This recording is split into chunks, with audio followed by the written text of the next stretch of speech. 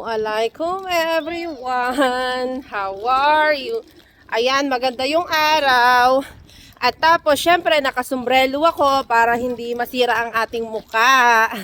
Kasi yung, yung panahon, nakakadry ng balat eh. Nakakasunog ng balat din ng muka. Ayan ang aking daughter, may sombrero din siya. O, diba? Ana. At saka si Shakib.